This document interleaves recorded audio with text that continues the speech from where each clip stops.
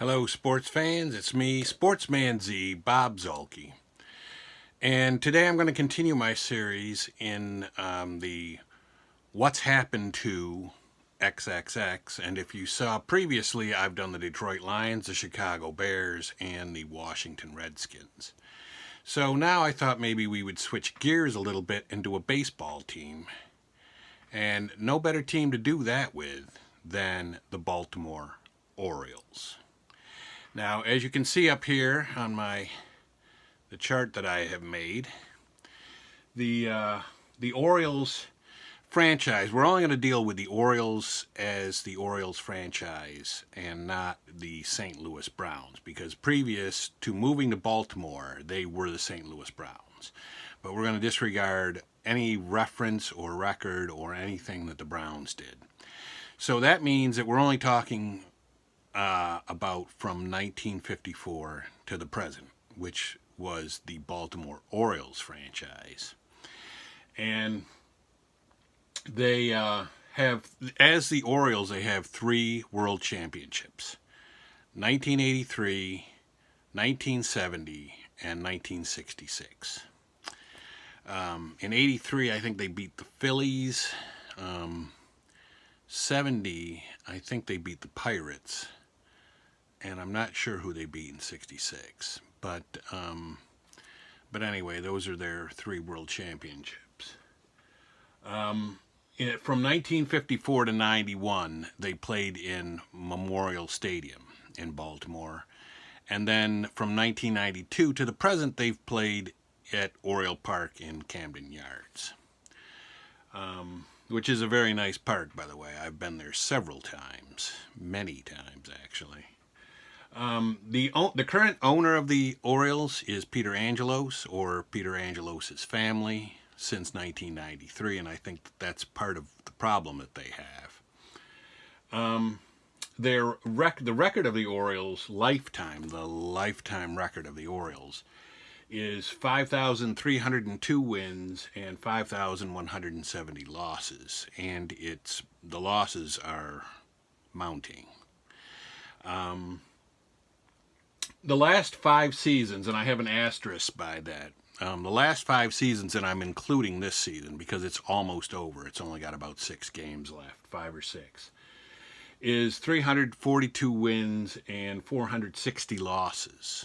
And again, that spans from 2015 to through the current games played of this season.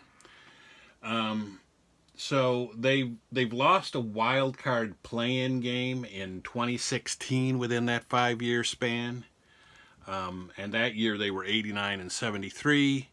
You might remember that. That was when Buck Showalter put in Ubaldo Jimenez to pitch in I think it was a tie game in extra innings against the Blue Jays instead of bringing in his closer, his dominant closer. So that was a controversial move, and it cost the Orioles. Their really last good season was 2014, when they were 96 and 66 and lost the ALCS in 4 games.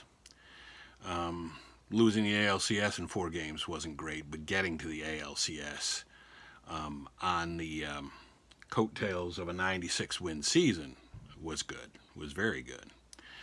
So that's a quick recap of the Orioles franchise.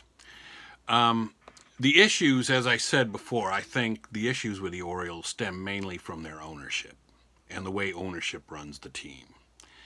One of the most notable things that they have done, although they are now fixing that problem with their new management in place, but what they used to do was every team is allotted so much in foreign signing money.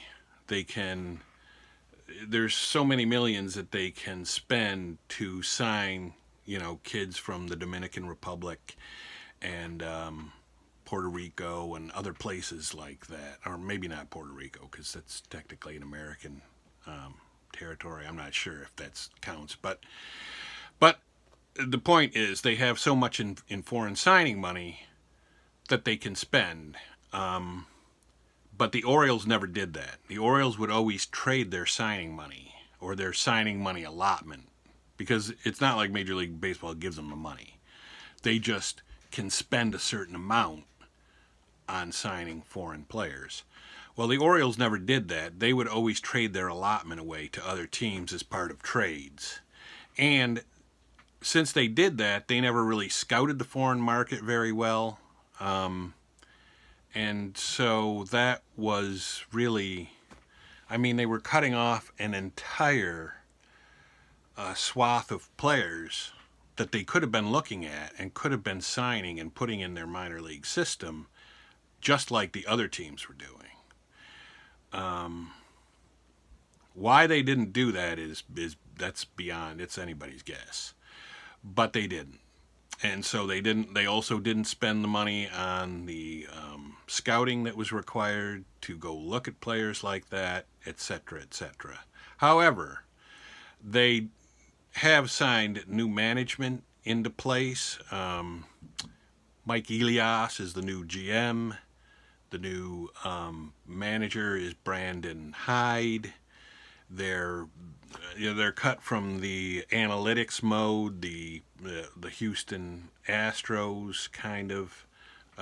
Mike Elias is from the Astros organization, and Brandon Hyde was an assistant manager or bench coach under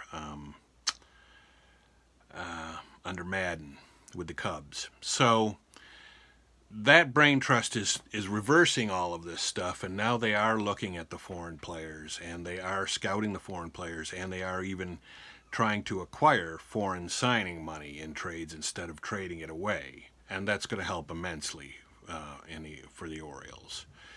But also, Angelos has had a tendency to be cheap. That's the best way to put it. They would sign somebody, or they would have an agreement with someone pending a physical, and then the physical would find something really trivial, probably, and then based on that trivial finding, they would say, no, forget it, we're not signing you. They did that with a reliever. I forget the reliever's name, but most notably with him, but they've done it with other players. So they're also cheap. They don't want to spend the big bucks. They don't want to spend the big money. And that is something that won't be a problem right now with the stage the Orioles are in, because they're rebuilding. So they're not going to be spending big money right now. But at some point, they're going to have to. I mean, the Astros did it when they got Verlander. And some of these other analytics teams did it. I'm sure Kansas City did it. They must have acquired somebody that was high priced at some point, because at some point you have to do that. You can't just build a base of good young kids and then hope that all of your kids are going to pan out and they're going to carry the organization, because that probably isn't going to happen. The likelihood of it happening is slim. So at some point you have to spend money, and so this new brain trust is going to have to get Angelos or the Angelos family to spend money at some point. So those are the two big things that they did. The Angeloses don't usually spend a lot of money, and they were out of the foreign markets for a while. But now they're back. I like the brain trust now. I like Elias and Brandon Hyde, and I think they're going to turn things around. It may be slow, but they will turn things around. I mean, last year they only won 47 games, and this year so far they've only won 50, and probably even if they swept every last game they have left, could only win maybe 56. So it's going to be slow going, but I think they have the right people in charge now to make things better. Well, things got to get better. I mean, they can only get better. But I think they have the right people in charge now. The only question is, how quickly is that going to happen? Orioles fans might get impatient waiting for this, because this was coming for a while. even some of the years where they were good, like I think 2012 they were pretty good. Yeah, I think in 2012 they were decent. But some of those years were just smoke and mirror years. They really played above their ability, and they weren't quite as good as they should have been. Maybe they weren't even really quite as good as they appeared in 2014. Although with 96 wins, that's probably unlikely. But maybe here, 2016, when they won 89 games, maybe they should have been a sub 500 team that year, and just things broke right for them. So, I mean, one of the big things they had was Manny Machado, who was in their system. But you're not going to get a Manny Machado every year to come up and play for you. So you don't have Manny Machados just floating around in your system all the time. So I think that this rebuild, or at least a retool, should have started a few years ago. It shouldn't have. It's almost like they rode the gravy train right until the wheels came off and and everything just fell apart. And then they turned it over to this new ownership team to try to fix everything. And so it's going to take a while. So that's my take on the Baltimore Orioles and what's happened to them. But I'd love to hear what everybody out there thinks. What do you think happened to the Orioles? Were there other factors involved? Do you think that they're on the right track now?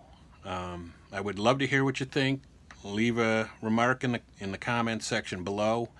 Or you can also contact me at any of my contact information, Twitter, Instagram. My email is right here. Love to hear what everybody thinks. I'm also on Facebook with just my name, Bob Zulke on Facebook. So let me know what you think. Leave a, like the video if you like it.